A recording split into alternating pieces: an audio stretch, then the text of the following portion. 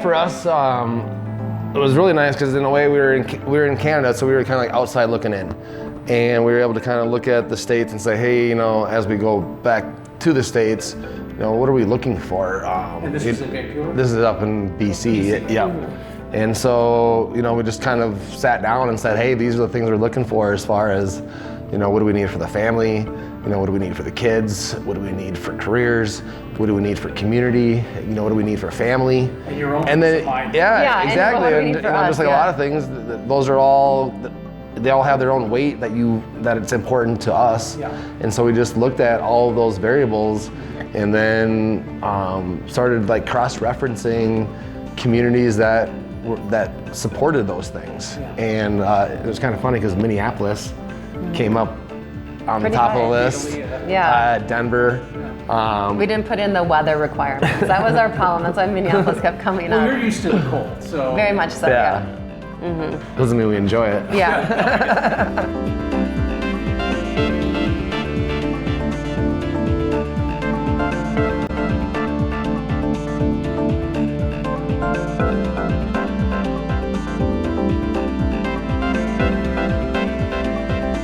But then I think this area, okay, so really, in all honesty, when we found this space, we, you know, and I was putting together a business plan and kind of looking around Denver, and this place came up. This place was a steal of a deal. Yeah. I can say that out loud now, because we're the ones that got the, keys.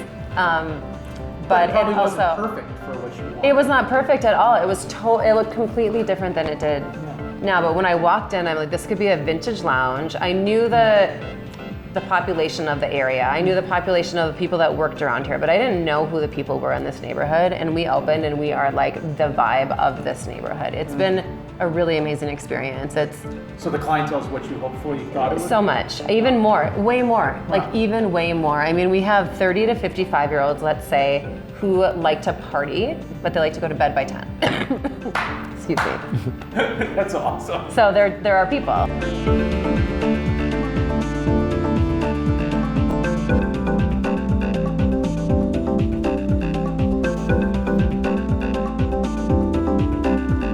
Our tagline is a neighborhood brewery for all ages, races, genders, and lovers. Yeah. And that was important for us. It's important for us to say that out loud and to say it with as much tact as possible as two like white heterosexual cis people sitting in front of you. But what we do know is that one of the best ways that we can make change is taking money from our community and giving it to a different community. Okay. And so we do things like we give 1% of our net profit to a nonprofit every year, and that's voted on by our community. We do a can art contest, so a local artist gets, you know, a chunk of money to do our can art for the year, and then their information is on the can, so people can, you know, get a hold of them if they like their vibe. We're doing a coat drive. You know, we're always trying to do something that's going to be giving back to the community, and the people in this community want to give what they have. And the people in this community, in all honesty, have quite a bit. Yeah. So we're really fortunate that they are just, you know, it's a neighborhood full of lovers. Yeah. So. Yeah. So it sounds like you lucked out with that. You know, yeah. Sometimes you never know. You never know. You know, it felt right, and it felt when, you know, we looked at 300,000 people living within a mile of this area. That seems like a place that we should try to open a brewery. Yeah. Especially one that can sit 50 people. And we have tons of, I mean, we've met a handful of people that live on the street. There's 2 guys that lived on our porch while we were doing construction, and they ended up, you know, jumping in and helping when they could. And we developed really authentic relationships with them because they're just other human beings, you know. And I think that's a really powerful thing for us, is that our kids get to see a lot of other styles of living, not just ours.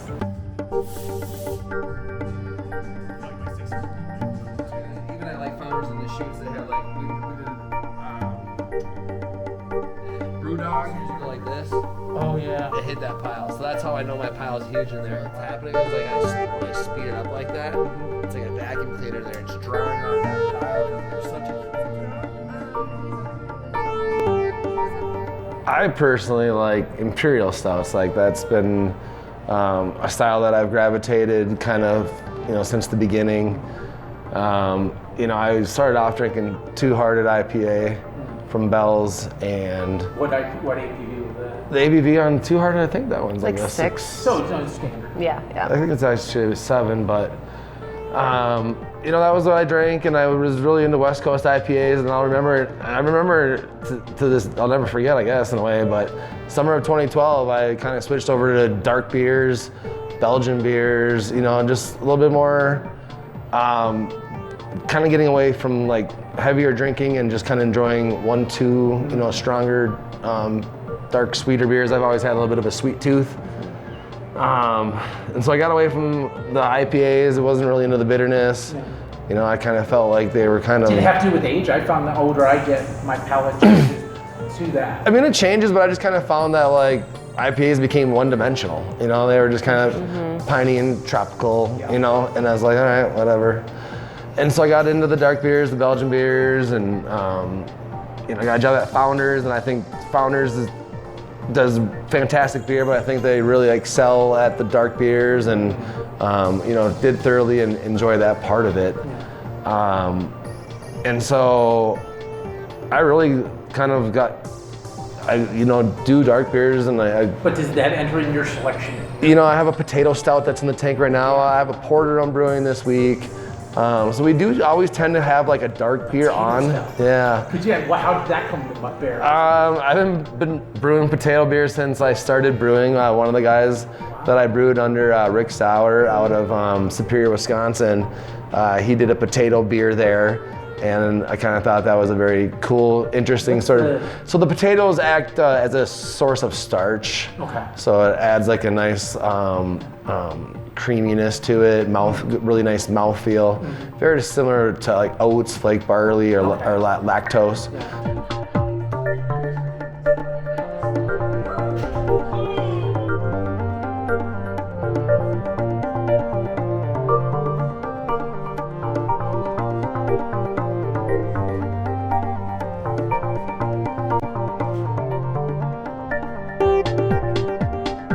No, it really doesn't matter because the hops and Bend are available here in Colorado. The only thing that's really not available as easily is like the fresh hops, which are once a year. Yeah.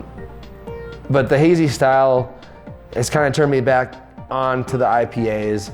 Again, they're geared a little bit towards that sweeter palate. Yeah. The bitterness is gone, kind of away from that West Coast, and so to me they're much more approachable. They have a lot of nuances to them as far as like when you start drinking them, and the flavors are a little bit more identifiable.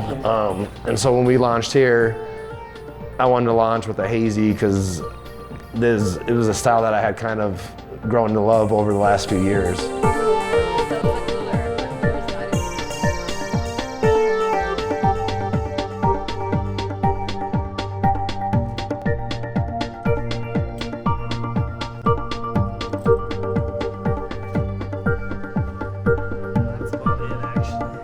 What have you found with the palate here?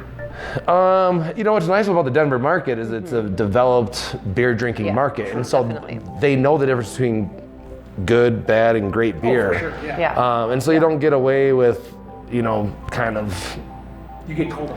You're gonna get called out if you're not gonna do things right, or and so. But people make a lot of comments that you have made as well about our diversity being very different than other places, and people we have little samplers, like most people do, little flights, and they'll get all 4, and they're like, I've never liked all 4 beers that I've tried someplace, but you guys, have this different variety, and so I think, but that speaks a lot to our palate too, like our palate. We have one, there are 2 of us, but we have similar. What's your palate? My palate is really traditional, I would say. I mean, like when you start to get a lot of like kettle sours and stuff, I get really turned off. We have a kettle sour, and probably always will at the moment. But barrel-aged sours are something that is just beautiful to me. It's something that I just love. Real traditional beers. I do like IPAs as well, but I'm not a huge hazy fan. And I think the reason why is because it's like one of those things that you've just eaten too much of or had too much of. And I hear that actually from a lot of people. We had a West Coast style IPA on, and people just freaking loved it. They just drank it up, because they're like, we never get anything like this anymore, especially in Denver. Yeah. You can go to a lot of breweries that will have 8 beers on tap, 10 beers on tap, and 4 of those will be hazy IPAs. Yeah. And they're done how they're done, and they're not always done super light and have levity to them. So I think for me, Like when I go out and get a beer now, especially that I've gotten older, I can't drink 7-8% beers. I'll have 2 of them and I'm done for the night. I mean, so having a nice Pilsner, Mexican lager. But like, you're I'll go also there. at altitude now. That's the one thing everybody always For forgets. sure. So Yeah, 2 beers, definitely. you know, Done. for some people, yeah. That's why I like 10-ounce sizes too. Yeah. It's nice. Yeah, That's for awesome. sure. Yeah.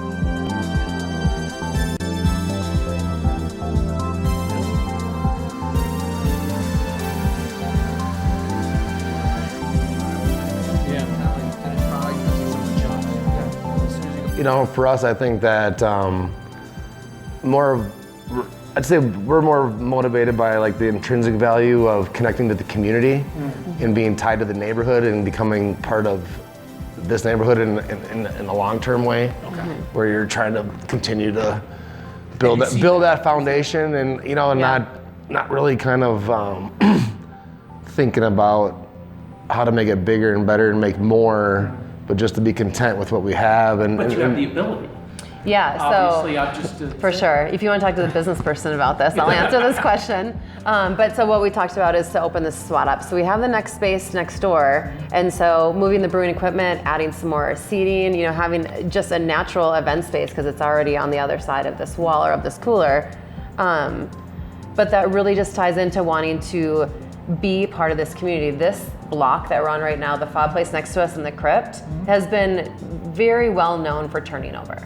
People walk in the door, they're like, how long do you think you're gonna be here? You know, and because this has just been everything's turning over. Well, the fob place is staying, they're amazing. Like, people are really loving our presence, people are loving the crypt. So I was talking to Chris, the owner of the crypt, and he said, like, you know, we're doing what we're doing and, you know, making what we're making, but we're making a difference in this community and on this block and shaping what this space feels like. So you're talking about organic growth by organic supply and demand. 100%, That's definitely, what it sounds like. for sure. And so then after we open up this space and then, you know, again, like organically grow into that, I think our next move is that we get a warehouse and we get our brew house over there and we start to can and, you know, actually not just have a little fridge right here with our cans, but have our cans in lots of other places.